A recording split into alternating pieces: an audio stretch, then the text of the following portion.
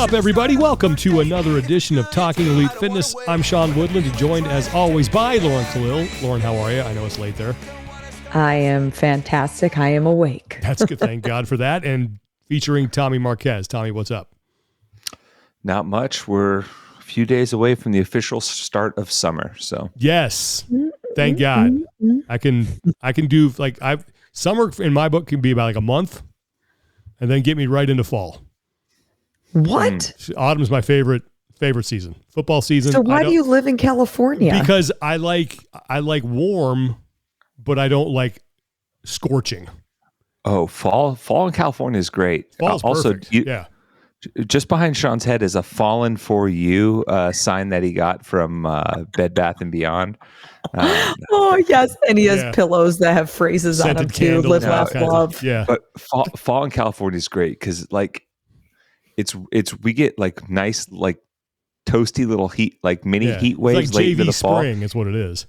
Yep, and then it turns just a little bit of crisp, and then you're like, oh yeah, get too cold, and then I love it. All right, well, we got a busy show today. We are going to be joined by Alex Gazan later on. Lauren and Tommy spoke with her earlier today. She's coming off that win at the World Fitness Project, which when you hear from her and what she went through is even more incredible. So you'll definitely want to stick around for that. We're going to talk about some of the latest news coming out of CrossFit. I've got an event now for the games that has officially been announced. Leaderboards have been finalized, and we have 4 more people who qualified out of an in-person semifinal that Lauren was at. But before we do that, we want to thank our sponsor for today, and that is Kreatures of Habit and their amazing Meal One overnight oats that are packed with 30 grams of protein in each serving. If you are pressed for time and you're looking for a great way to start your day or looking for a good snack that you can have later on in the day, Kreatures of Habit has you covered. They have these great packets. Rip it open, put it in a bowl, throw in some water, put it in the fridge, mix it up, you're done, right? You got it for the next morning or you got it for the next afternoon. I mentioned 30 grams of protein per serving. It's a massive time saver, incredibly tasty, and has clean ingredients because Meal One was developed with your health, performance, and taste buds in mind. You can feel great about all the choices that they've made to support lean muscle growth, increased recovery, and a happy gut. All kinds of great stuff in there. Flavors are amazing. Blueberry banana, apple cinnamon, peanut butter banana, maple caramel, which is my favorite, vanilla. That's actually another good one too. The vanilla is very good. On that. So you can go to creaturesofhabit.com. That's creatures with a K, creaturesofhabit.com. Use our code TEF and you will save 20%.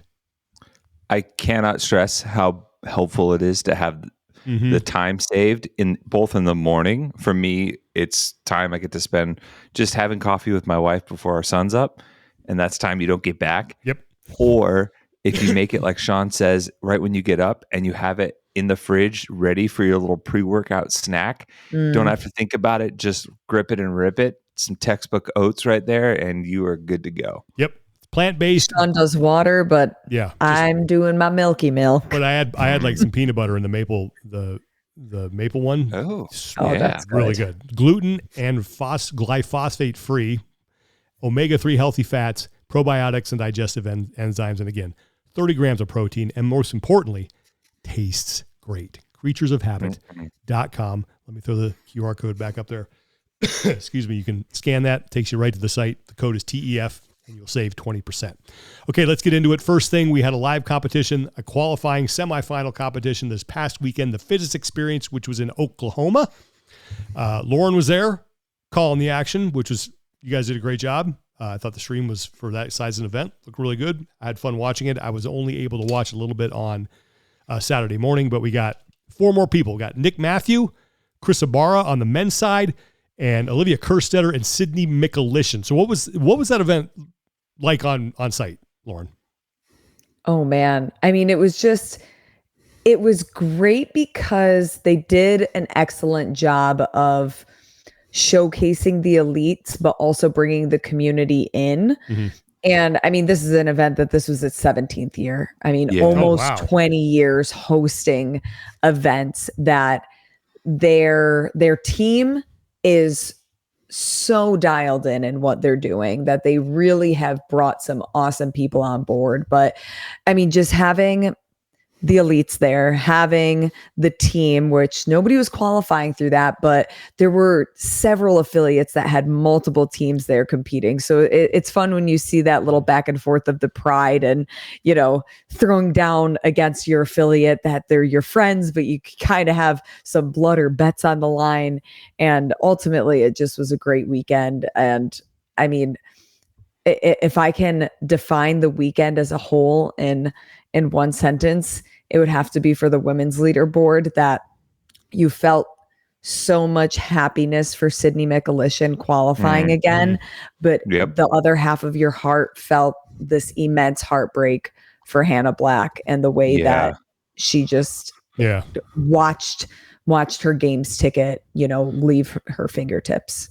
Yeah, that honestly was like the thing that stood out the most to me, for sure. Like, even just kind of tracking it throughout the weekend. One, I'll second what Sean said. Looked great. I really enjoyed some of the calls you and Angelo had on the team competition. I really appreciate his team insight on some of that stuff, and some of the props he was given to his female teammates on the Mayhem squad. But the beauty of sport, right, is like oftentimes the high joyous points are juxtaposed by it ultimately having that bill having to get paid by someone who is on the receiving end the other direction, right? Like, for Hannah Black, she was in a qualifying position for a good portion of the weekend. You know, Sydney's also someone who's trying to go back to the games after missing, qualifying 2 years in a row. Like, I spoke with her in Indy at World Fitness Project, and she was like, I'm asking myself, do I even belong with these athletes, right? And that's a really tough place to be in as an athlete. And then, to have the big shift and come back and all that leaderboard jostling work out in your favor. That's got to be a good feeling for sure. It's the stuff we're used to seeing, like, on the final event of regionals, and the people's dreams come true on the final event. And I mean, for an event like that, like you said, that's been around for so long, and it comes from a gym in CrossFit Central that's like one of the OG gyms. It's pretty cool to see. Well, speaking of qualifying, the semifinal leaderboard from the in-affiliate online semifinals is now, I can say definitively, absolutely, they did it, locked and done. So we can take a look at that. We have on the men's side 11 men going. So it's Jeff Adler, Jake Crouch, Dallin Pepper, Tudor Magda, Jason Hopper, James Sprague, Rookie Garrad, Justin Medeiros, Enrico Palazzo Zanoni, Colin Bosshard, and Harry Lightfoot. So those are your 11 qualifying out of the online competition. Then for the women, Syria Meha in first. Be very interesting to see how she does now in live competition, because I don't think that's not a name that a lot of people thought would be on this leaderboard. Alexis Raptis, Ariel Lowen, Annika Greer, Maddie Sturt, Danielle Brandon, Haley Adams, Gracie Walton, Amy Kringle, Miriam Van Roer, and Jennifer Muir. So those are your 22 individual athletes who qualified out of the in-affiliate semifinals, and congratulations. I mean, congratulations to everybody. But specifically, because I think she's awesome, is Annika Greer. I'm so happy. She's got a great story. That she's like, let's just hope, because of all the weird things that have happened to Annika Greer in her journey to try to get to the games, that all of that crazy crap is now out of the way, and she is going to indeed be competing on the floor in Albany. Yeah, it honestly felt like she was competing in the Twilight Zone at times. Mm-hmm. Like, I was expecting, was it Rod Stewart? Was his name? No, Rod Sterling. Gosh, that Rod Sterling. Yeah, Rod Sterling. Big difference. Yeah, man, you could tell it's after 9 p.m. and I'm normally asleep right now. But But it was interesting. We were standing. She got the news that all of her scores had been accepted while on site in Indy, and to see that moment, like, on her face, like, well, I think it was during a briefing or an athlete tour, like, she's standing there on the sideline, and we're kind of in the mix, like, doing some research with all the athletes and chatting with them. And you just see, like, like tears start coming down her face. That's so and awesome. I love it. You're like, and obviously it's like, you can tell those are happy tears. Yeah. And you're like, finally, this poor young woman has just been at it for so long and really just been obviously some issues where she has herself to blame, right? With some oversight, but most of it was just really crap luck. Yeah. And you're glad that she stuck with it. 1, 2, that she was undeterred by that. And I bet it makes that scenario finally getting over it that much sweeter, right? For sure. Yeah, I love it. Love the fact that she's there. Congratulations to everybody who's going from the in affiliate semifinals. Now we have the weekend off as far as in-person competition goes for this Memorial Day weekend. And then it's the mega qualifying weekend. There's like 4 events that are taking place. We got get all your screens pulled up. Yeah. We have Rebel Renegade Games in South Africa, the Far East Throwdown in Korea, Syndicate Crown that's going on in Knoxville, and Torian Pro, which is in Brisbane. That's going to be a good one. So you're going to have 4 events. And I think we've talked about this before, given the location of all these around the globe, I think you could probably start watching like late Thursday night and you'll have something to see all the way until Sunday. And that's assuming that all these events have streams. I'm pretty sure Torian Pro is going to have one. Yeah. Syndicate Crown will have some kind of coverage. You can pull an Alex Gazan and just watch it all. That's good foreshadowing. And then we got the NorCal Classic coming up in the great city of Sacramento, California to close us out. The city of kings. Kings of disappointment. I try to pump you up. Not that I appreciate it. No, it's like, they just said the world's strongest man was just there. I was there last week. They had the competition, so that was pretty awesome. Yeah. I wanted to go and check it out. I actually hit up Rob Kearney, like, hey man, I might come up and use that as an excuse to say, hi mom, bye mom, going to go see the world's strongest man. And he's like, yeah, let me know. Yeah. I ended up not making it. And now like the in-affiliate semifinals has been, approved and the scores logged. I think it kind of adds some intrigue to some of the events that are coming up. Like, Torian Pro, Maddie Sturt and Gracie Walton now have their ticket. So, not that I think she would have needed it anyways, but like if Tia decides to compete, I thought she was competing. No, I meant like actually accept a ticket if she was given it to the games, if she earned it. Because that's a case then where you could like, let's assume, where you're going, like those could be your top 3. So the 4th place finish or 4th and 5th place could actually wind up getting tickets. Yeah. Yeah. And it certainly changes the dynamic a little bit for that event, especially on the women's side. But you're going to see the ripple effect all the way down the line because, it's been a constant conversation with athletes of like, all right, I'm tentatively going to this place, but if the leaderboard gets locked, I'm not, and I'm going to switch. And, I mean, even for like someone like Chrissy Barra, who is in 12th on the men's side. Yeah. And it's like, you know what? I'm not going to take the chance. I'm going to go to Fittest Experience or Olivia, who was in a qualifying spot and got knocked out due to penalties, and just like, all right, well, I guess here Texas or Oklahoma, here we go. Yeah, but it's tough. Well, speaking of the games, a couple things to talk about there. We actually have an event that has been announced. The opening event, individual event 1. It is Run Row Run. It's a 4 mile run, a 3K row, and then a 2 mile run. Now I know as far as the wow factor doesn't really give you much of one, right? But to be fair, very rarely does that opening longer event of the CrossFit Games give you that wow factor. Run, swim, run. There was I guess pure paddle, stuff like that. I'm trying to think of some of the other things, like the beach. There's some ones where you're like, that's intriguing, but it's not like, oh man, that's going to be amazing, Yeah, and I would even take it a step further. Like there's usually an event that's kind of like this that is not the most intriguing, but it's a necessary testing element for the overall weekend. You mentioned the run, swim, run. You even go to like the 5K or, I actually thought the sprint event was pretty fun a few years ago where they ran into the stadium, but there are workouts like that with the longer time domains that are mainly monostructural focused that, not everyone's, that's like usually when a lot of people go hit Vendor Village and get their limited edition games gear.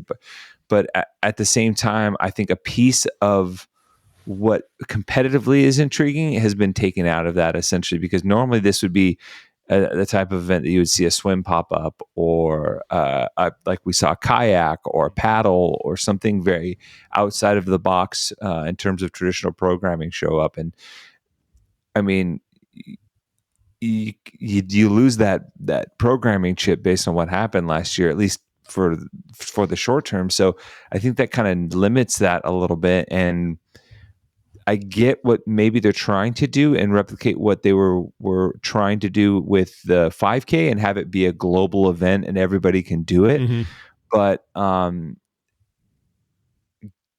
getting people to, if you're hurting for ticket sales, if you're trying to get spectators on site, 6 miles of running and 3,000 meters on the row maybe might not be it as far as like getting those participatory numbers, especially when last time in the 5K you didn't.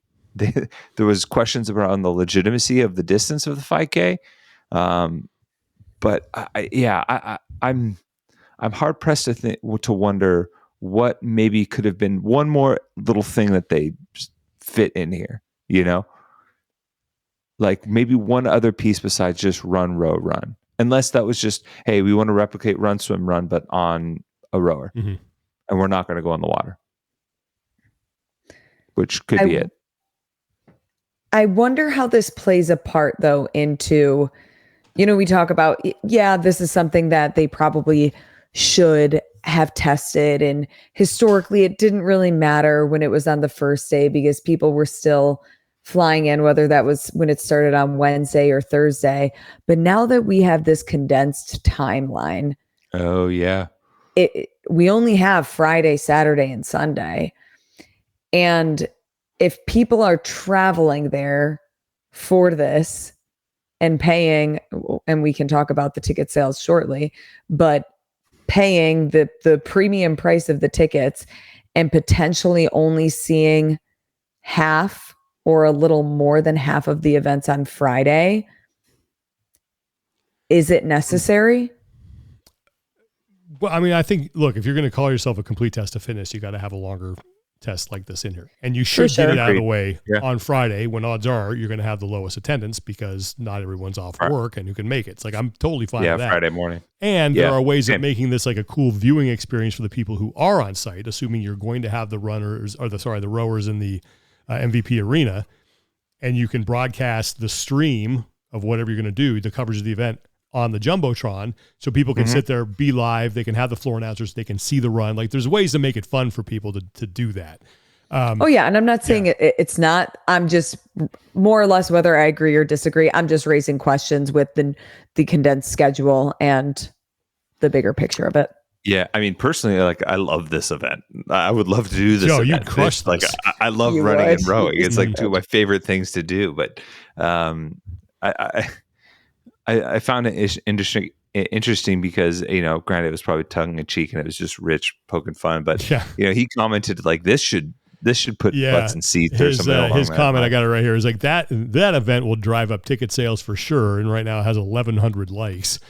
And the reason that's worth bringing up is because ticket sales are not, the past couple years, tickets have sold out for the arena. Now there's no other, there are no festival tickets or anything like that. It's like arena or nothing. And those have sold out like at the Alliant Energy Center and then also in Fort Worth. Those sold out like the first day. They were gone. You couldn't get them. And I have here, let me call this up if you're watching this so you can see it. If you go to like Ticketmaster to get tickets and you look at the seat legend, now the blue is what's still available. I'm not sure what the seating capacity is in this place, but I mean, there are, good majorities of entire sections that are still available. That looks like Lauren's paper target after practicing for the tactical games. just and everywhere. and in either situation, it's not great. I mean, Well, I mean, the 1,100 likes might be more than the total number of tickets sold at this point. I mean, this is so when they first like ticket sales first came open, I was like, okay, it's down a little bit, but I thought as we went along and as we got closer, and maybe there will be a last minute push here, could be that this would fill in a little bit more, and we're still, we still got some time here, like we still have some time. But these things ain't cheap either. And they're for 3 days. So, okay, you divide that cost up over 3 days, but you can see it on the screen, $324.80 for one ticket for 3 days. And I don't think they're offering single day, right? Like you got to buy all 3 days. Which they're not. And that's the issue. So I have several friends from multiple affiliates in the area that want to come, but because they live close enough where they could go home in the same day, they only want to go for 1 day. They don't want to go stay somewhere else, pay other money when they live within driving distance. So all of these people are like, well, I'm not paying that. And we don't know if we're going to be able to, for example, if I bought the ticket and I went on Friday and I split the cost with my friend and she goes on Saturday, they don't know if they're able to do that with the tickets, if it has to be like a wristband and you can't swap type deal. But yeah, I mean, I don't know. In the past, they must have sold single day tickets, right? Did. Yeah. Well, I don't know if they sold single because I mean, obviously I've never had to buy them, except back in 2011, but they're I think they would sell they'd sell arena tickets for all 3 days, but then you had single day, like festival tickets that you could buy. But I think the arena tickets were for like all 3 days. You've always had to buy them. Okay. But that was tempered by the fact that, okay, I can't get into the arena, but I can still get into the North Park. I can still go to Render Village. I can still watch everything in the beer garden. Like there were still some things that you could get for not as much. That was a decent experience and worth your while to be there on site. And even for Fort Worth, the entire non-arena experience at the games was free. Right? You go to Vendor Village, you can go to the educational pieces in that. Now, granted, you had to walk through the heat, and not a lot of people were stoked on that because it was, a little bit of a trek in that Fort Worth summertime temps. But like that was at least a draw for some people and for partners and vendors and people that want to be a part of the event. Like, hey, I can still go to the aerobic capacity seminar at the exhibition stage, or I can go check out Yeti's booth or go see what kind of cool, activation my favorite athlete's doing in the downtime, because that's free. So I don't know like what the full plans are for that here, but it's also just a harder draw to get people to go to upstate New York, like to go to Albany. And so there's a lot of like little things that you have going against it that I think not one thing necessarily can contribute to the entirety of the down ticket sales, but it's kind of a death by 1,000 cuts scenario where you're like, if you polled 100 people, they'd probably give you, 4 or 5 different reasons. Do you think this would be the case if it was still in Fort Worth?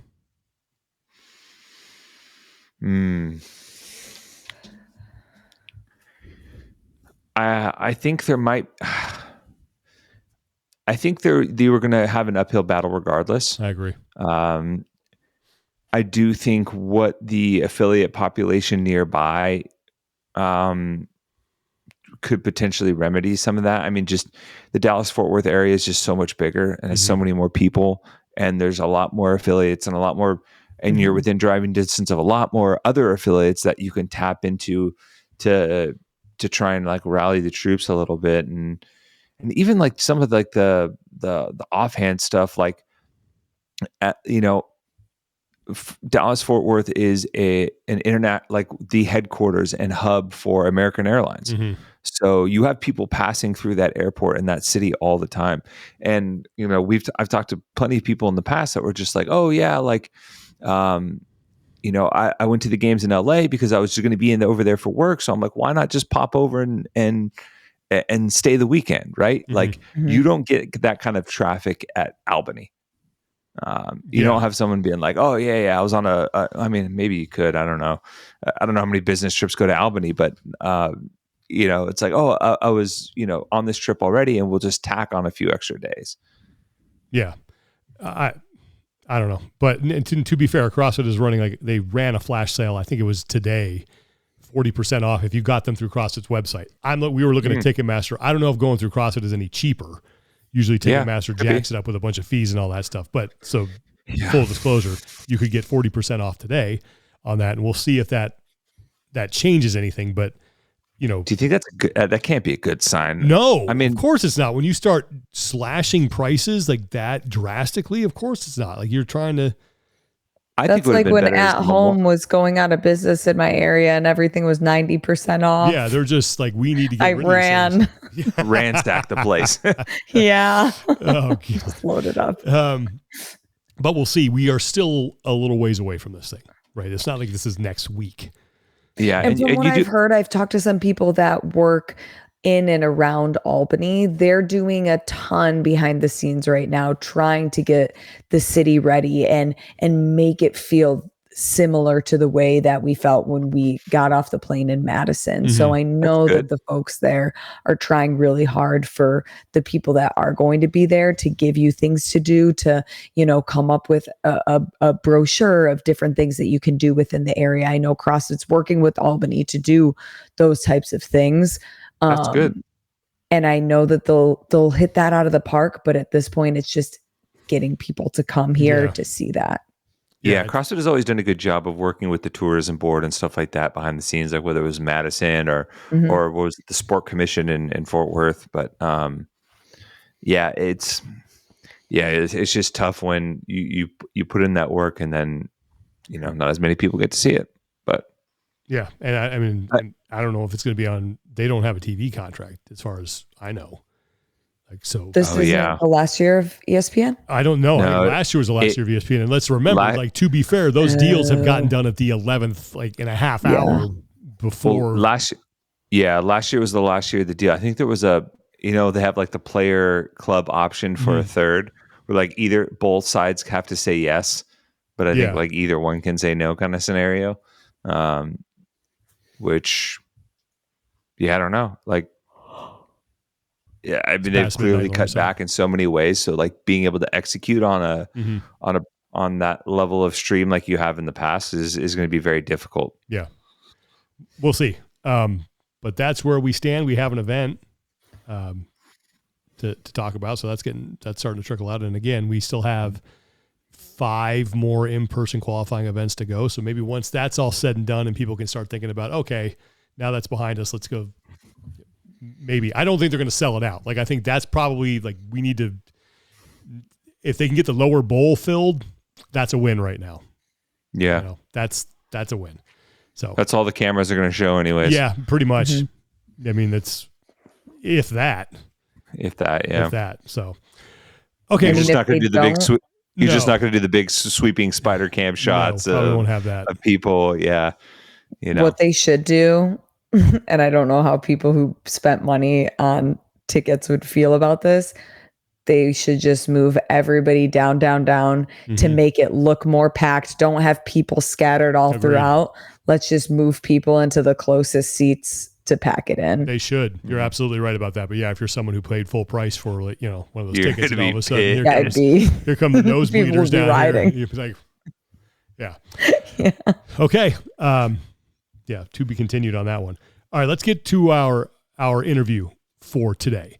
And that is Alex Gazan, who is coming off her victory at the World Fitness Project and is going to try to qualify for the CrossFit Games at the NorCal Classic. So she is all in on that competition to see if she can earn her way to Albany to compete for the title of Fittest on Earth. But she spoke with Tommy and Lauren earlier today. She talked about her experience at the World Fitness Project, talked about some of the stuff that she had to go through there to win it, which is, when you hear about that, it's actually pretty crazy that she was able to stand on top of the podium. And she also talks about the shoulder injury that she dealt with and how she came back from that she suffered, I think, before the Rogue Invitational in 2024. So without further ado, here is the conversation with Alex Gazan that Tommy and Lauren had earlier today. Alex, how are you doing today? I'm good. Thank you for having me. So yeah, no, it's we'll start by doing this. What have you been up to since the last tour stop in Indy? How have you kind of reset after the competition weekend? Yeah, after the tour, the first day after, I spent the day in Indianapolis with my husband and James and his wife Danica, and we went to the zoo, and just kind of like passed the day because our flights were that night. Um, Went to Vegas for a day, dropped my bags, said hi to the dogs, and then went to see my family in Oregon for the rest of the week. Yeah. Ooh, okay. Did you have an itinerary while you were there, or was it a moment where you could actually just almost do nothing, speak to no one, and decompress? When I see my family, like my biggest priority is always just spending as much time with my brother as I can. He's 8, so he's still in school. So like pick him up after school, soccer, whatever he has going on. I try to like soak that up. Unfortunately, I didn't have the whole week off, so like still had to get some fitness in. But really, when I'm there, it's just like trying to see everybody and fill up the family cup. And 8's an interesting age. How aware of he is how fit Big Sis is, and like what's his level of intrigue into what you do as your profession? He's really interested when I win money. He likes that. Yep. Smart boy already. Yeah, he's like, you can buy me toys to see you have money. um, so he definitely understands that there's prizes associated with winning. Um, this is a cute story. So when I was sponsored by Reebok, I had given him because they have kids clothes, so I had like sent him a few things, and he saw another kid wearing Reebok at school, and he was like, "Why are you wearing my sister's logo?" So he just Oh like my Oh. God. he's very aware. And then like as soon as I signed with Tier, and as soon as he knew I wasn't working with Reebok, he's like, "Sissy, I need your stuff." It was so cute. So Oh. he's like definitely Love in that that. 8-year-old stage where they're like very concerned about being cool and like all that kind of stuff. So he's cool with it when I do well. Smart guy. Smart guy. But that's so cool that he had so much awareness and thought that it was your logo and your brand. And Yeah. I love because like a lot of times with siblings, you don't see that tight knit relationship when there's such a big age gap like that. So I love that you can kind of have this almost like motherly relationship with him by going to his sporting events and interacting with him. Has he ever been able to see you compete live in person? When he was really young, like maybe like 2 or 3, he came to one, but he hasn't been since. I think just because like usually the bigger events, like the travel for it, Yeah. up until now, I think he could like sit and watch and understand. But I think like 6 and under, it's more of a hassle than like an experience for them. So I'd love for him to see, but I'm not sure logistics wise when that will happen. He watches on TV a little bit. Okay, well that's good. Yeah, no, that warms my heart. I'm 9 years older than my brother, and we have a very close knit relationship. And it followed in a similar path, so it's always cool to hear that. But I'm obviously your brother said you said he's happy when you win. You did win this past week in Indianapolis, and let's start there because I think the circumstances coming into the weekend, I think, were very interesting for you. Obviously, you had dealt with an injury kind of a little bit in the off season that you foregoed some competition, and then obviously shifting the focus for the CrossFit Games season to an in-person semifinal in NorCal put a little bit different emphasis on the weekend. Can you talk us through kind of your thought process in mapping out these last couple of months? Yeah, when I got hurt, I really didn't anticipate it being such a long injury. Um, for those that may or may not know, at Rogue, I partially tore my rotator cuff. Actually, 2 days before, like practicing the snatch ring muscle up event. But meloxicam and adrenaline, I didn't feel it at all. Like I couldn't even use it as an excuse if I wanted to. Like Mm-hmm. I honestly was like, oh, maybe I didn't hurt it. Like it feels fine. Because when I like felt something happen, it hurt pretty bad, but like I didn't obviously get it diagnosed that week. Like Anyway, I made it through row completely fine. And then as soon as the anti-inflammatories wore off, like I could tell something was definitely wrong.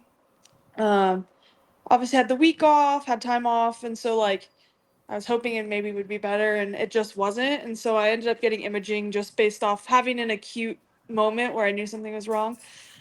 I had like a partial tear in my rotator cuff. So like kind of just started rehabbing it. I was hoping to be good enough to do Wadapalooza as a team, just because that's really fun and like kind of low pressure.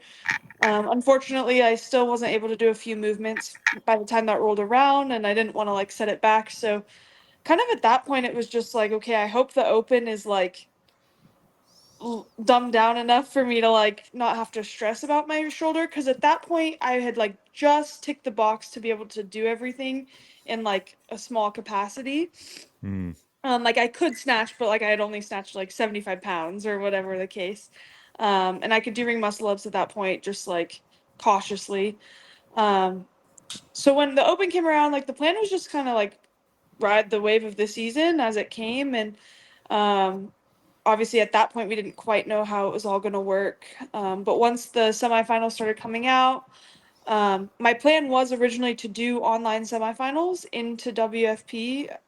But then kind of as the time got closer, we just realized like how much that was going to be in such a quick period. And the workouts came out and it was kind of like, I mean, we could do it, but 11 spots is really tight. And is the stress and logistics worth it when you have a huge competition next week and all it takes is one slip up of a video, one like anything that could like kind of ruin your performance. And um, so we just decided to bank on in-person semifinals, which is like kind of risky, but I think just to like pause here, I feel like the decision of not doing it going into WFP felt really good. Like I felt ready to go. And I feel like sometimes with a competition, it's your nervous system that gives out before your body. So like not having already done like 9, 3, 2, 1 goes the weekend before, I felt like ready to be in that nervous state. So I feel like that was a good choice for me in that moment. It's interesting because when listening to you talk about like how the game plan kept changing, I'm curious because injuries are just part of sport, and when they happen, it's like, okay, what's the rehab time going to be like? When is the earliest that I can be ready for that 3, 2, 1 go? But how do you ultimately decide which route you're going to take, if that makes sense? Like, how did you come to grips with, okay, NorCal is going to be that last opportunity. That's where I'm going to put my eggs in the basket after going to WFP. Like, is it the prize purse driving you? Is it specific programming that drives you? Or what is kind of the equation that ultimately helps make that decision? Yeah. So I'm healthy now, like no injuries to keep account. As far as being healthy, I think spreading out the competition is helpful, just like with training and everything to stay healthy. So that was one factor. And then so originally we wanted to do NorCal of all the in-person semifinals because of the prize purse. Like it was 30 grand and the rest were 10. So it was like, why would you not want to do that one? So that's originally why I banked on it. And then when we decided not to do online semis, because of WFP, the week after was TFX. So that would have kind of negated the whole reason of not doing online semis, was to avoid competing 2 weeks in a row. So really just timing, and then obviously the prize purse would be great. That's like a nice chunk of change. Programming, I like, it's kind of hard to tell what any event's going to look like. Looking at TFX, I was like, man, maybe I should have just rallied. Like, like looked like good programming for me. But the goal also too is just to like trust our training and trust that I'm fit enough regardless of the programming to do what I need to do. So that's kind of the focus going into NorCal. Yeah, and I'm curious the mind state going into WFP, because one thing I don't know if it gets talked about enough is the mental state of an athlete once they have their first major injury. I don't know if this is the first like big injury for you, but a lot of times you see, especially young athletes, they feel almost kind of invincible, right? Like in the nature of our sport and all the things you do on a regular basis, like competition is one of the places where if you do well, you do kind of get that superhuman feeling. And when that suddenly gets taken away from you with something like an injury that requires a significant amount of time off, it's hard to kind of regain that armor, if you will. Was Yeah. that the case for you? And was there anything sitting in the back of your mind as you headed into WFP about whether or not you can compete at speed again? Honestly, with my shoulder, no. Like I feel like the injury was so just like specific. Like I missed a snatch and I held on to it too long, and so like I had that like torque Oh, with the yep. weight. Um, so I'm not really afraid to do anything now. Like my shoulders are super stable. I've like rehabbed the crap out of them, and I know that was kind of just like a fluke situation. If anything, like having had a couple back situations, I feel like that scared me more than anything else. Mm, I don't know if you guys remember, but my back was kind of dodgy uh the beginning of the season in 2024. hmm And that was the first time I had ever experienced like your back going out. And I know that's more common amongst adults and like just people in general, but Yeah. I had never Once you had get older. Yeah. You can yeah, call us amongst us old people. You can I say it. know, It's okay. Alex. God, you kill me. yeah, I had never had that happen before, and I hit a heavy clean and jerk, and I remember I like stood out of the clean and I hit the jerk, and I was like, something like wasn't right. Like nothing hurt, but like my back felt like jello like instantly, and I was like, this is weird.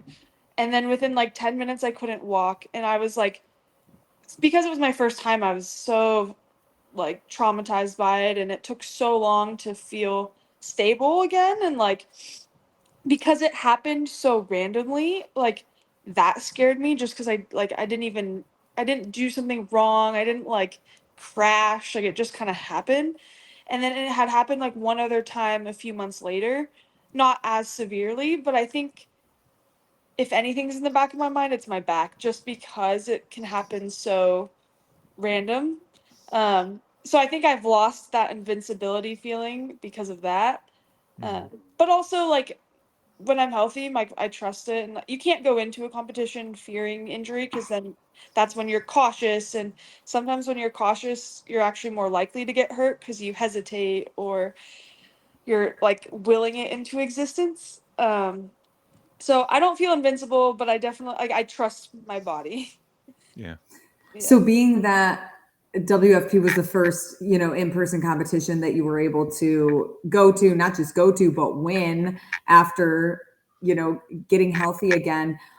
Was there a movement that you were super proud of or a workout that you were proud of that maybe there was a little hesitation going into it and you didn't know how you were going to feel, whether that is related to the injury or just related to a weakness overall? Yeah, the first workout. In that field, like essentially, I'd argue that like that's one of the best fields you can compete in when it's top 20 in the world. I've usually hovered towards the bottom or like mid pack in any running event. Um, like Rogue the past 2 years, like was the bottom half. At the games, same thing. So I've been working so hard on my running, and I didn't quite know where I was gonna fare. And to finish like the placement even like redundantly, but just like to be able to kick at the end and like stick with the top crew, that was a really exciting feeling. I feel like you mentioned something right there that I feel like is one of the best feelings in athletics, and I think it's like the kick in running when you know it's there.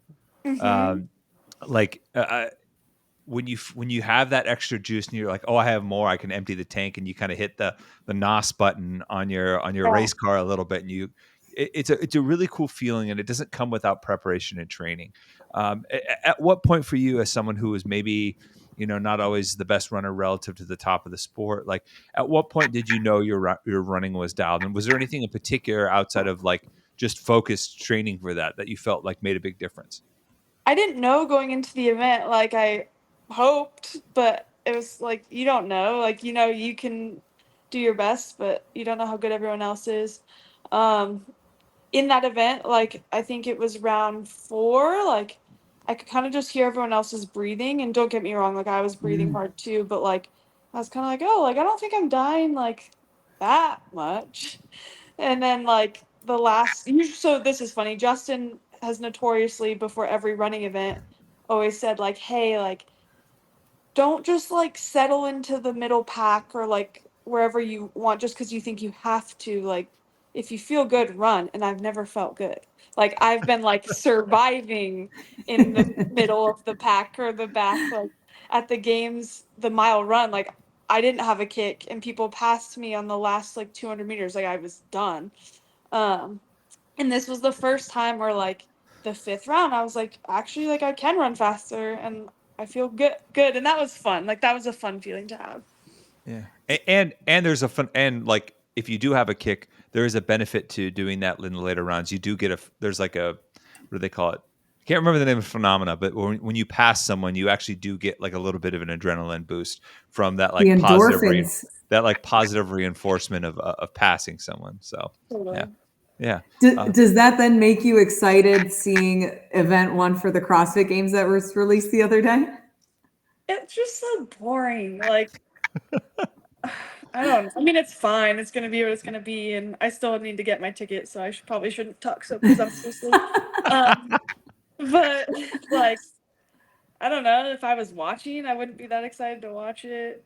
Doing it, like you're gonna do it, but there's no like pizzazz. I don't know. I don't really care. It is what it is. Yeah, no, for sure. But being able to get that first workout, in 6, and it was honestly kind of a crazy like finish on the women's side. It was a little bit of chaos between like Laura and DB and a bunch of other people. So to get that one in the rear view, have something like running show up and do well, and you're sitting in 6 after that event. Does that where's the benefit in terms of refocusing or framing, or does that not affect you much? I would say I'm pretty good at not holding on to like an event like throughout a weekend, whether it's good or bad, just because I know how quickly things can change. But like obviously like doing well in an event that you thought was maybe going to be more damage control, like definitely boosts the confidence and like kind of gives you that relief of like, okay, like I'm not gonna have to like claw my way out of this. Like I'm actually setting myself up for a well executed weekend. Mm-hmm. Yeah. I was going Sorry. to say, no, it's all good. I have a quick follow up on that because you finished the first day in 5th, and you come out of the second day in 1st.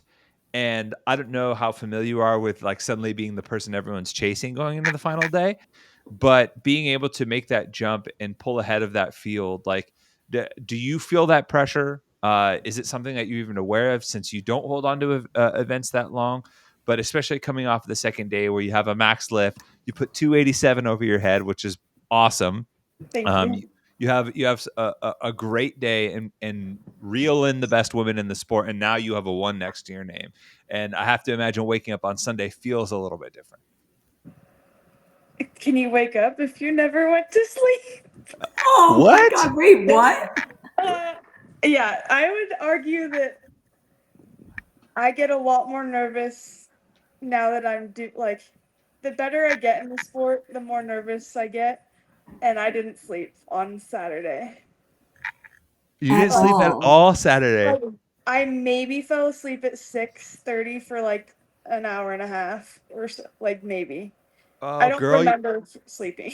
Oh, you need some Thirdsy. We got to get you some Thirdsy on that. I know, no kidding. But what was the day like for you? Were you just asking for an IV of caffeine, or like how did you even manage that? Yeah. So, tell us. I've had like sleep issues off and on over the past couple of years. I think it should be talked about more as like a woman in training. Like my hormones are fine. I have a cycle, but I think a lot of the intensity really disrupts my sleep a lot.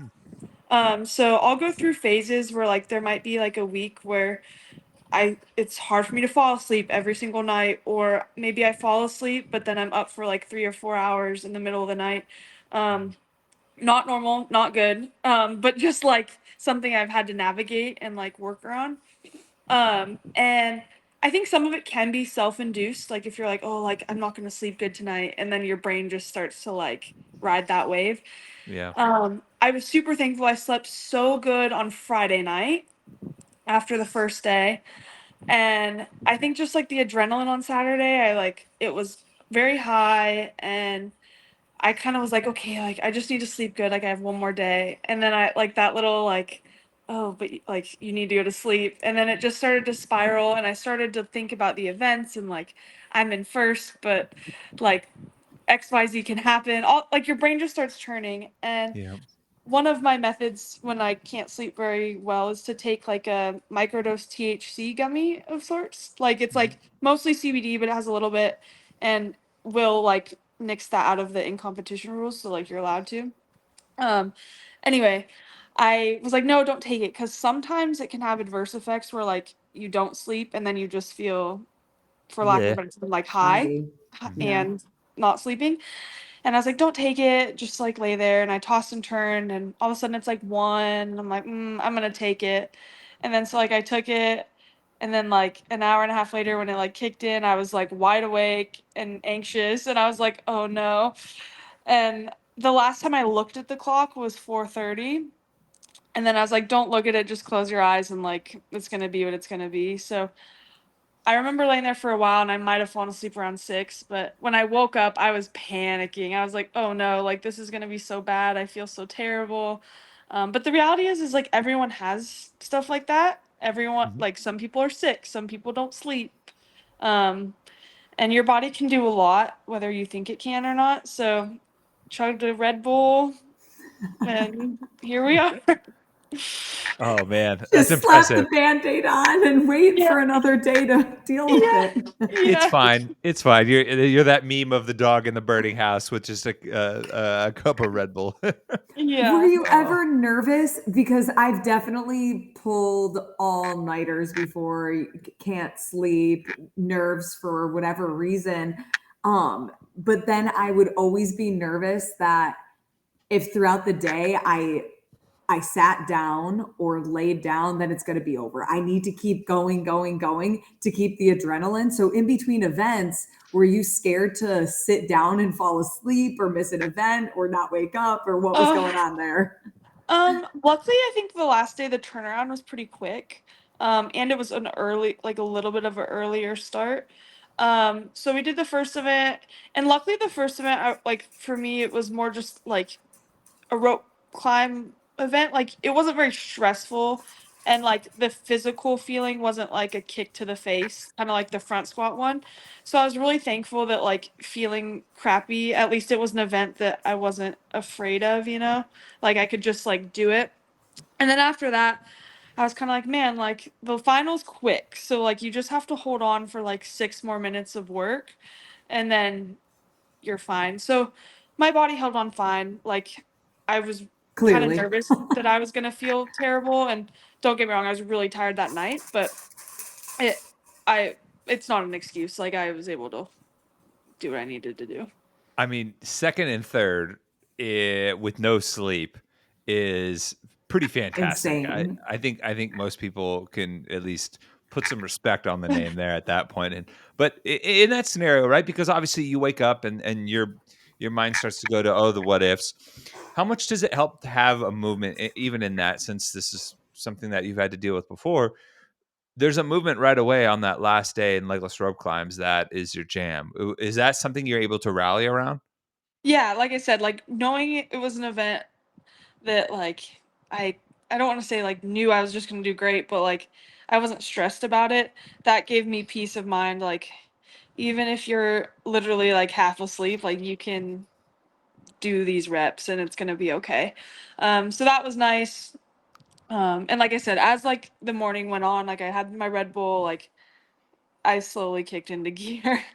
Yeah, yeah, Yeah. no doubt. I mean, I will say this, and it was one of the moments of like um, game recognized game scenario in the athlete warm up. I think we were chatting a little bit around the yoke when we were getting measured for yokes, Oh, You and a couple others athletes were getting measured, and Sydney McAlishan came up to you, and she had gotten the invite up to the pro division, and she was like, "Oh, I'm so glad! Like, I really wanted to like compete against you in Pro 5 in the legless rope climbs." And to me, that's like a very high like honor of like other people at your peers at that level are looking to you for an event at something like that. And like, how does that land for you when you hear that? Oh, Sydney's super awesome. I've known her for a few years because we were both, well, no, she wasn't a rookie, but my rookie year, we were together a lot. Like, I think just always kind of next to each other. Mhm. And she's super sweet, and I've always known she's a great upper body puller. I remember that's the first thing like Justin said was like, "Oh yeah, she's very good at this." And so your first instinct as a competitor be like, "Oh, like is she? Like how good is she?" Like I'm not gonna lie, like that's the first thing that goes through your head. Like, is she better than me? Like, okay, we'll find out. But like it's an honor and it's sweet and it's fun and just to like have that fun attitude about it, like it makes it fun. Mhm. Have you guys ever had the opportunity to train together or like? Yeah, go No, ahead. yeah, no, we haven't. She actually works with the same coach as Allie Scuds, I think. Mhm. And so Allie got to train with her for a bit when she went up there. Okay. But she always has an invite. Anyone has an invite. It's always fun to train with people. Nice. Yeah, it's kind of like a subtle way of being like, "You're welcome to come to my house anytime." Yeah. Yeah. How are you then going to transition knowing that you have that target on your back going into the next tour, making sure that you do everything you can to get the sleep that you need and just continue to feel healthy and build that confidence knowing that you've already done it once and you can do it again? Yeah, I think just keep hammering the things we're hammering. Obviously, like what we've kind of been doing is working and training. So keep on the running, keep on the snatching, and just like I think Justin and I have in the past year, I would say, have like really developed good communication. Like I think the first year or two, like he didn't how do I articulate this well? I was maybe too afraid to like say what I really needed, whether it was like to change a movement or like I need to like not come in today or vice versa. And he also maybe didn't trust my feelings as much, like, oh, like is she actually like hurt or is it just a weird niggle, like back and forth. And I think this past year we've really like gotten to the point where like he knows if I say something it's not trying to take the easy way out or vice versa.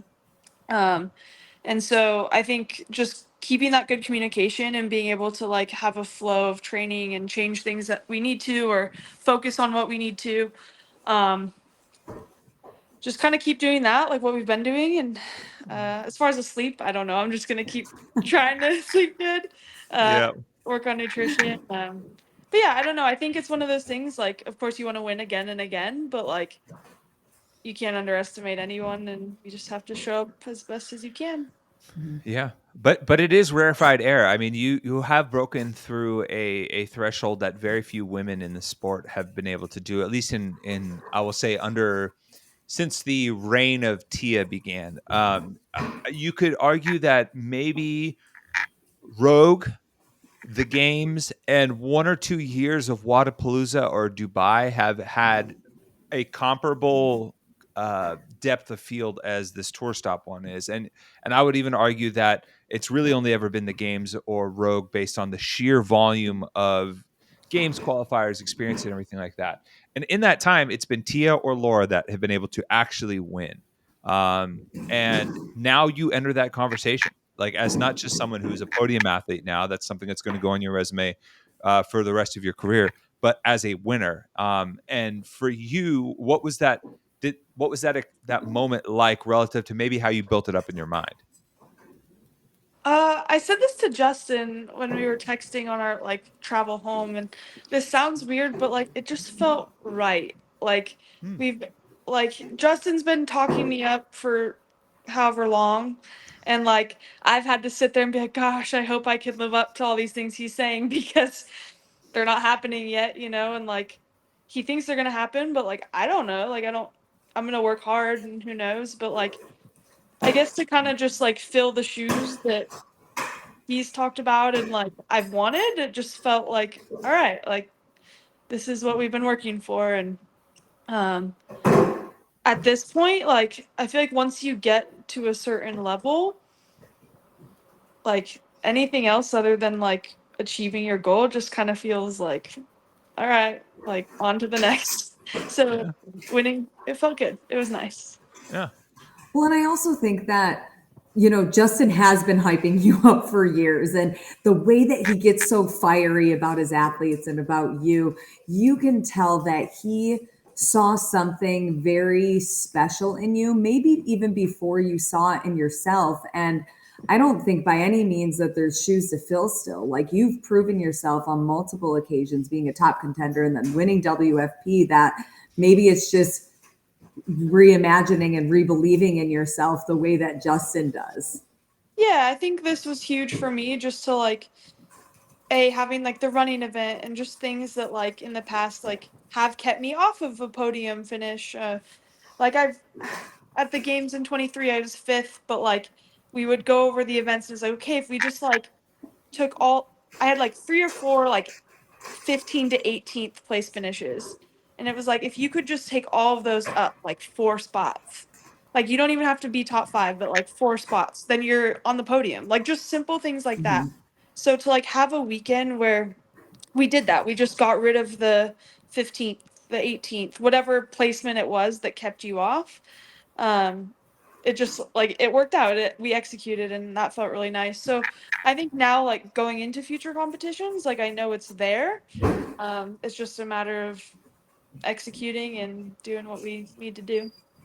It's very that's a lot of humility from you, and I think it's fitting given your Wadapalooza name, the Humble Killers. What, a couple of years back, you know, with you, Kari, and Ariel. But I'm curious about the lessons for you coming out of last year's games, because over the course of history, you've seen in the sport, you've seen athletes where they like consistently get better year over year, and you see them start to chip away at the leaderboard. And then sometimes once they see that first quote unquote regression as far as leaderboard placement, it becomes a really hard pill to swallow. And you know, you can go one of two ways. You can use it as motivation, or it can bury you. Obviously, last year at the games was a little bit different scenario, but it was a little bit of a slide as far as the leaderboard's concerned. Yes. What was your takeaway from that? How was that experience, and what ultimately allowed you to kind of refocus, come back, improve your performance at Rogue, and then obviously end up here? Yeah, I mean it's so funny because like in a pulled back point of view, like if I told someone I got 10th at the games, like that sounds kind of good. Like, oh, that's cool. Yeah, But it's here we're great. talking about it like, how do you handle that regression? You know, like getting 10th, like that sounds like not very good. And it, I don't know how to really explain it. Obviously, like you said, the games was so different. Like for me, it was like, I was like, okay, like I guess we're doing this. And like I honestly, if it was just me there, like if I didn't have my people, I probably wouldn't have continued. Um However, Justin, Ricky, Jake, they were all very much like, oh, like Lazar would want this to happen and like we're here, like we're gonna show up, or like we've trained all year for this. Jake was like, you have to, like this is like your job. And like if they weren't there, I probably wouldn't have continued just because like, I don't know, maybe I'm because I'm a girl, I don't know, but the emotional toll, like it was hard, like very, very hard for me. Um, and so moving forward, like it was kind of just each event at a time. And once the weekend rolled along, like I was giving my best, whether that was at 80 or 100%. And I think like it was a wake up call. Like I had the very first event, obviously, I did terrible for a mix of reasons, but I did terrible. And um, the mile, I didn't do great. And it was kind of just one of those things. Like I came off the mile in tears and I looked at Justin and I was like, I want to fix this. Like I don't know how, I don't know what to change, but like I don't want to feel like this when you're giving your absolute best and it's just not enough. Um, And yeah, the end of the games is kind of just like, all right, like I need to be a better runner. And if I'm not, like there's no way we're going to reach the goals that we have. Like I can be world class at a million things, but if you can't run, it's going to keep you off the podium. So I think we just took that very seriously. And I don't know, like, yeah, it was a bummer not to be a podium threat like everyone had talked about after 23, but it was what it was. And like, competitions come and go, and it honestly, no one cares about the past competition. Like, they care about what's coming. And I feel like winning doesn't love you back. Like, I won this, but no one cares that I won this now. Like, they cared for 3 days, and now all everyone cares about is who's going to win the next one. Like, so it's just, I don't know. It's sport, I guess.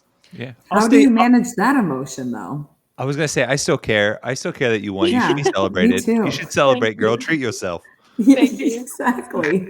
Yeah. Yeah. How do you manage that emotion, Alex?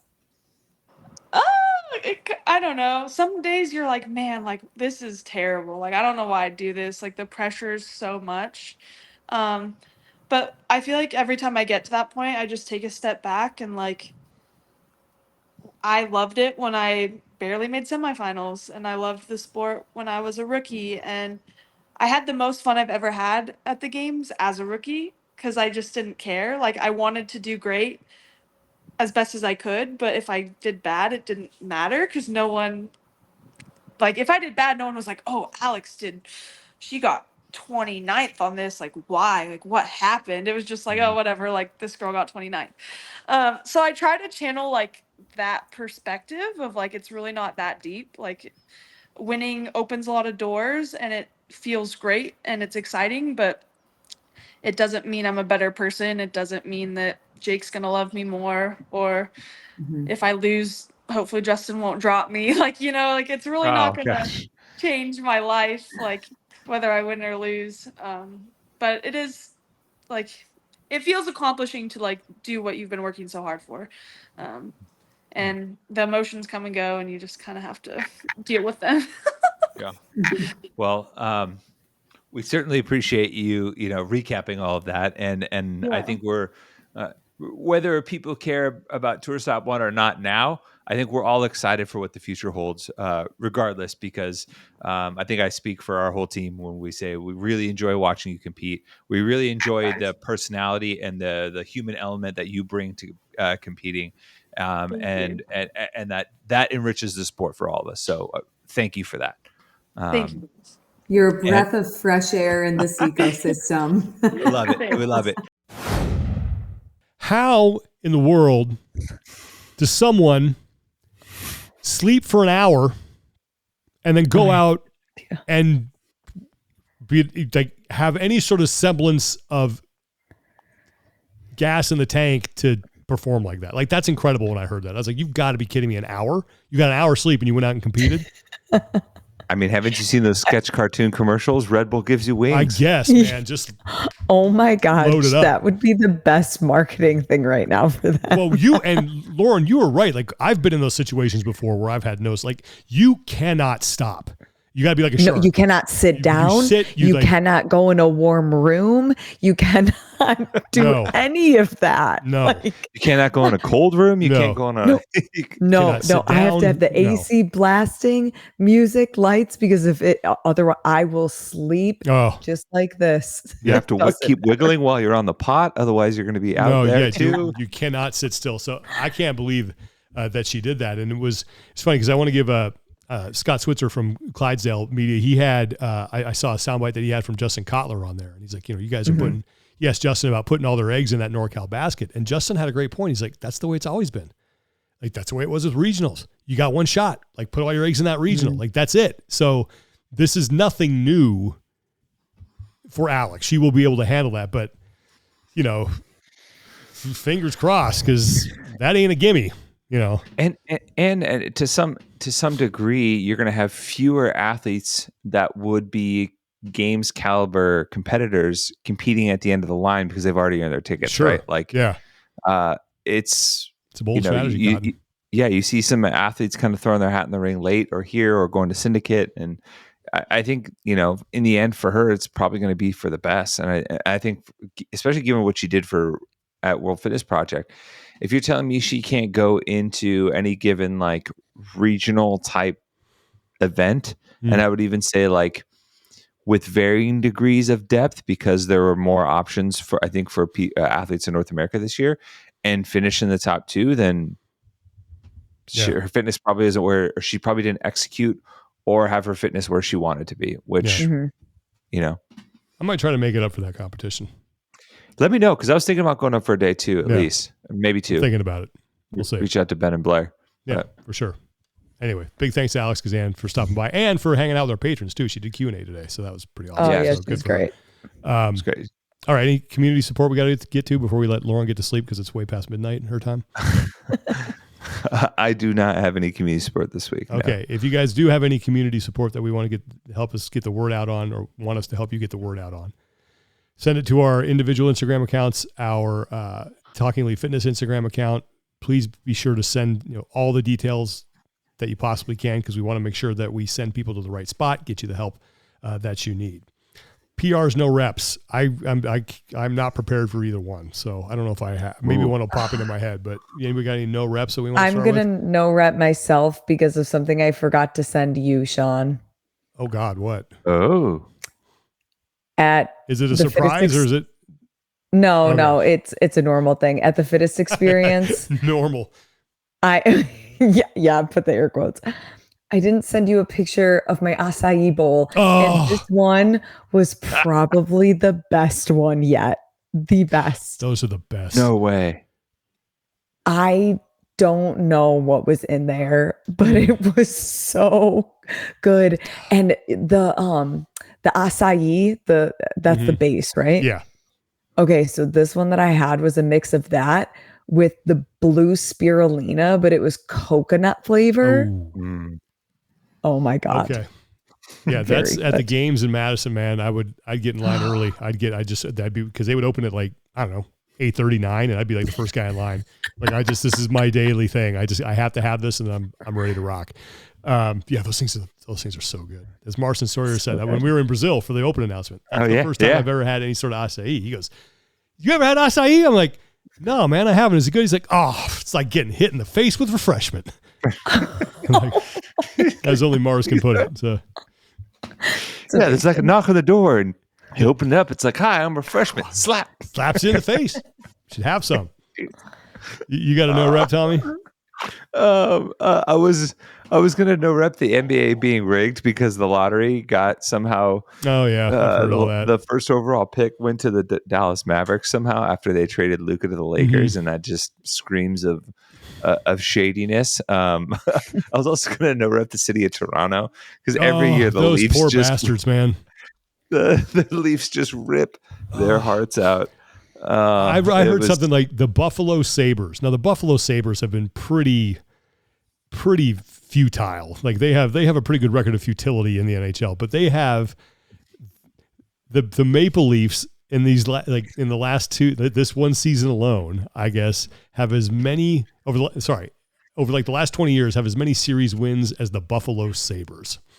Oh boy. God, those poor people, man. Like and it's not like they don't have good players. Like they just collapse in the playoffs. It's set your watch to it. And I saw Will Wheaton, the actor, who said, in these troubled times, I like to take reliance on the things that are always there and in the familiar. So thank you to the Toronto Maple Leafs for collapsing in the postseason right on cue. I'm like, oh man, that's just poor Toronto. Man, poor Toronto. We'll see. PRs. Brutal. I got one. Go for it. I'm gonna PR live music. Yeah. I don't know if you guys have heard this, but critics are raving about the recent live performance of Cousin Dale, and Oh my God. and what they're claiming is the youngest human ever to open up a pit at a punk rock show in Sean's son, because that video That is just. That was pretty cool. He was doing that. It's just happiness. Like seeing that made my weekend. And especially just seeing him like get into it. I was expecting him to start helicoptering his arms a little bit. I was like, oh yeah, open up a pit, buddy, open it up. Well, so that song that we were playing it's called Captain Solo. It's obviously about Han Solo, and so he was like, I was doing my Star Wars moves. I'm like, hell yeah, buddy. Yeah, you were. But you got like, this was one of the most awkward shows that I've ever been a part of. It was literally like in a cul-de-sac in this guy's driveway. He built a stage and it looks like a stage you would see, I don't know, at like an Applebee's. It just had like some crazy kitchen in the background and people were in his driveway and he was having a benefit for, and I think it was for like the Leaf Foundation or some store that sells stuff. Like it was a charity thing. And we show up, and honest to God, the band that was playing there is probably a band that you would hear at a farmer's market. All acoustic, pretty chill and mellow. And there was like some older people just sitting there having their wine and some like cheese and crackers. And I'm like, these poor bastards they don't know what they're in for when we come up there. Like, we're going to have to like tell them to back up to Hayward. Like, they're going to have to keep going. And we have a shot. There's a video. It's pretty good. We're playing one of our songs, and there's a woman who was like walking out with her friend, and she's got like her hands over her ears. She's like, "Oh my God, they're so loud!" And then afterwards, and people had a good time. Like, our people showed up and they had fun. Like, they showed up and showed out, so it wasn't super awkward. But this one guy came up to us afterwards. He's like, "Man, that was really good. Maybe a little too loud, but pretty good." I was like, "Well, that's kind of what we do." So. It was. I was like, "Oh no, what are we gonna do?" I was talking to our guitar player before we went on. I go, "Mike, these people aren't ready for us. Like they're gonna like run screaming." What? It was your what? Have you seen that video? Like, what the F is up, Wendy's? Yeah, and it's like that hardcore band, and in Denny's, and they're playing in a Denny's. That's kind of what it felt like. It's like they're bringing way too much heat for that scenario. Mm-hmm. I did remember my no rep. I was no repping getting older because one of our favorite clips of all time, Sean, is 20 years old. And do you know what Leroy Jenkins? Leroy Jenkins is 20 years old. And I watched it this morning and I could not believe it was 20 years old. But Lauren has no clue what we're talking about, but it's when the internet was more or less in its infancy and it was not a force for evil. There was some like a lot of good on there. And it was an internet 1.0 gem. Just so a gem. Yeah. God. The best. One of my biggest regrets in my broadcasting career, and it's one of those things where you think about, I wish I would have said this. You get in an argument with somebody, and then you think 5 hours later, I should have said that. I hate that. When Tim Paulson was going ballistic on the bike. Why didn't I just yell Leroy Jenkins right there? Why didn't I just do I wish I would have done that. And I never, I was like, I'm not getting that one back, As he like walked to the bike, right, to get on that last time, you should have just been like, all right, chumps, let's do this. Yeah. Leroy Jenkins. And I thought about it afterwards. I'm like, it's such a missed opportunity, but yeah. Wait, that's the video game? Yes. Yeah. Yes. Yeah. Guys, I saw it recently. Somebody showed me that clip recently. There you go. It's 20 Hilarious. years old. So better late than never. That's what you're talking about. Yeah. You got a PR, Lauren? Abdul, could you do a quick number crunch for me? Yeah. I heard that they were planning this for months. That was so fake. Yeah. Yeah. 33.3. Repeating, of course. Of course. Well, that's better than we usually do. Yeah. We'll use intimidating shout. So good. All right. PR, Lauren, you got one?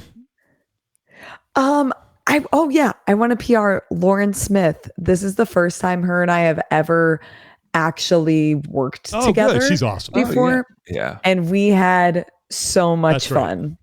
So yeah, she's a pro. PR for her. Awesome. She's a pro. Yeah, she's good people. That's the thing too. Like really talented, really good person. Mm-hmm. Can't go wrong. Okay, well, that's going to do it for today. Thanks again to Alex Gazan. Thanks again to Kreatures of Habit for sponsoring the show. Kreaturesofhabit.com. That's creatures with a K. And use the code TEF. You'll save 20%. No competition this weekend, but next weekend, we're going to have a lot to talk about next week because we got 4 competitions to get ready for. And then we'll have one left, and then it's straight on to Albany. Good seats still available. All right, that's going to do it for today. Thanks for watching. Thanks for listening. For Lauren Kalil and Tommy Marquez, I'm Sean Woodland. Take care of each other. Be better. And we'll talk to you guys next time. Like a kiss at the start of a first date. If it's good, I don't want to wait.